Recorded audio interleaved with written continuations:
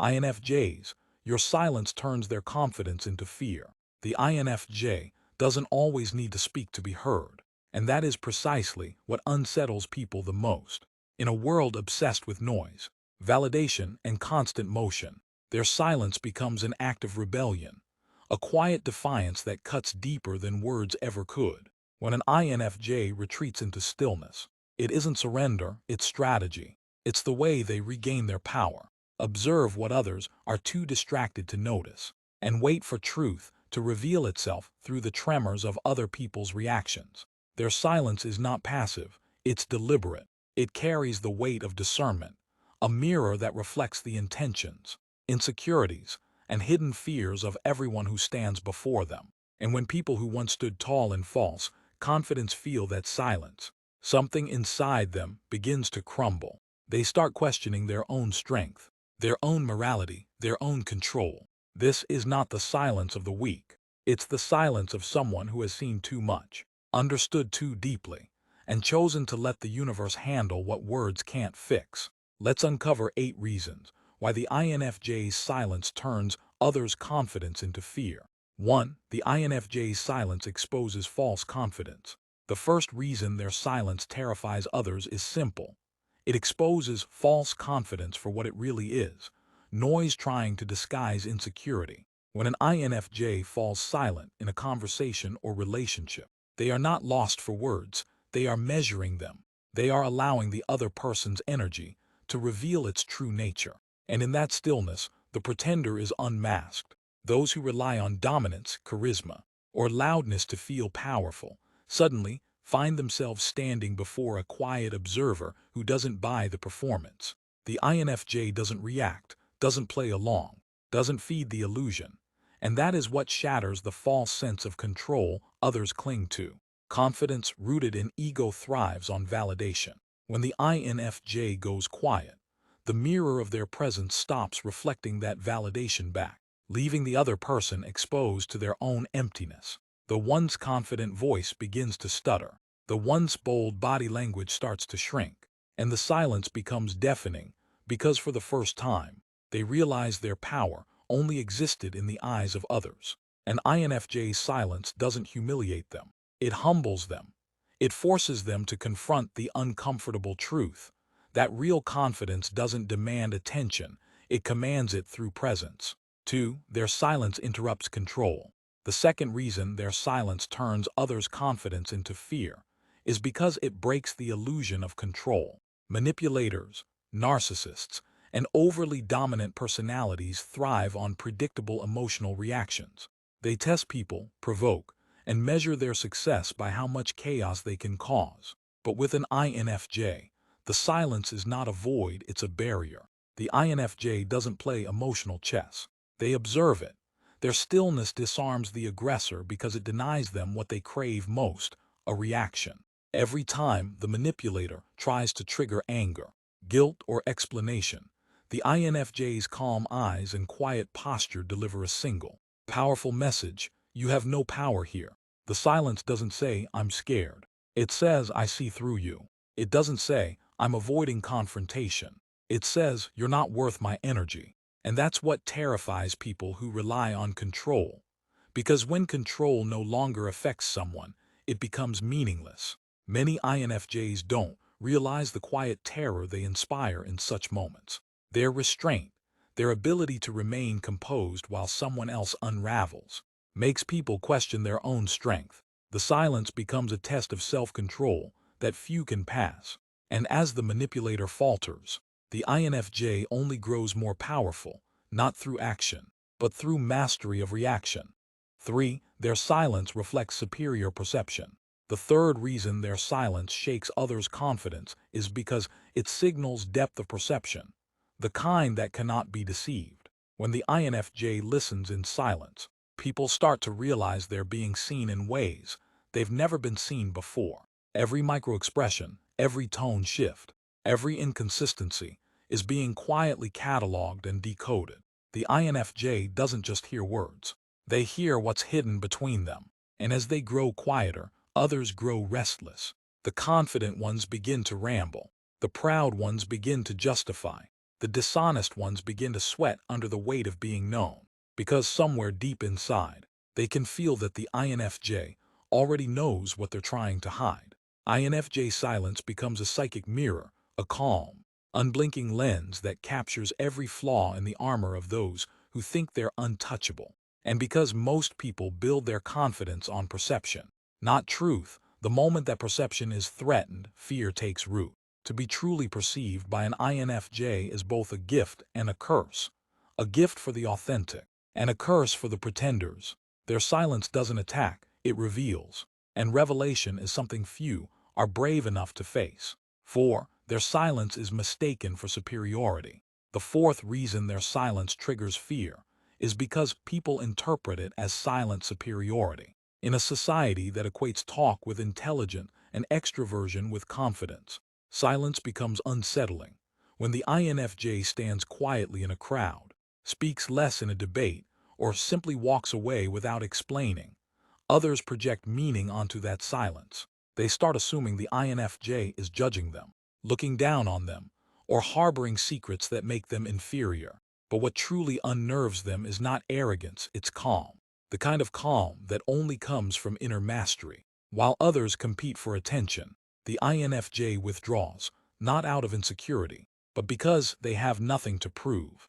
That composure, that absence of approval-seeking behavior, makes others question their own worth. And when confidence built on comparison encounters confidence built on self-awareness, it begins to collapse. The INFJ doesn't intend to make people feel small. It just happens when their silence reveals who truly feels big and who merely acts it. In that moment, others feel the quiet hierarchy of real power. The loudest one isn't the strongest one. The calm one is. 5. Their silence withdraws emotional supply. The fifth reason their silence turns others' confidence into fear is because it cuts off the emotional energy that many people subconsciously feed on. When an INFJ stops responding, they remove the mirror that reflects others' significance. They stop providing emotional feedback, validation, or engagement. And for people whose confidence relies on being seen, that absence is devastating. The INFJ doesn't need to scream, argue, or prove their point. They simply withdraw their energy, and in that void, others begin to feel the weight of their own emotional dependence. The charismatic leader feels unseen. The manipulator feels powerless. The self-absorbed friend feels irrelevant. INFJs often underestimate this power. They think they're simply choosing peace. But in truth, they're starving the illusions that thrive on their empathy. And when empathy turns into absence, the confident suddenly realize that without attention, without reaction, without emotional control, they are nothing more than echoes in a quiet room. Silence in the INFJ's hands becomes emotional scarcity, and scarcity always breeds fear. 6. Their silence announces boundaries without words.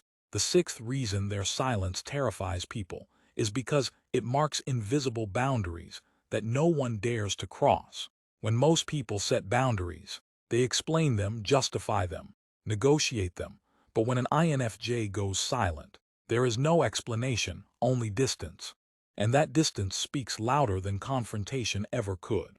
Their silence says, "You've gone too far." It says, "I saw what you did, and I won't engage." It says, "This is where I end, and you no longer have access to me." For those used to manipulating, charming, or overpowering others, this unspoken boundary is disorienting.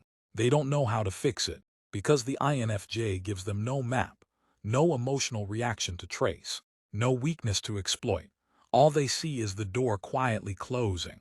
And the most terrifying kind of power is the one that doesn't announce itself, the one that simply withdraws and never returns. To the INFJ, silence is protection. To others, it feels like exile. 7. Their silence triggers self-confrontation. The seventh reason their silence instills fear is because it forces people to hear their own noise. When the INFJ stops talking, the room doesn't go quiet.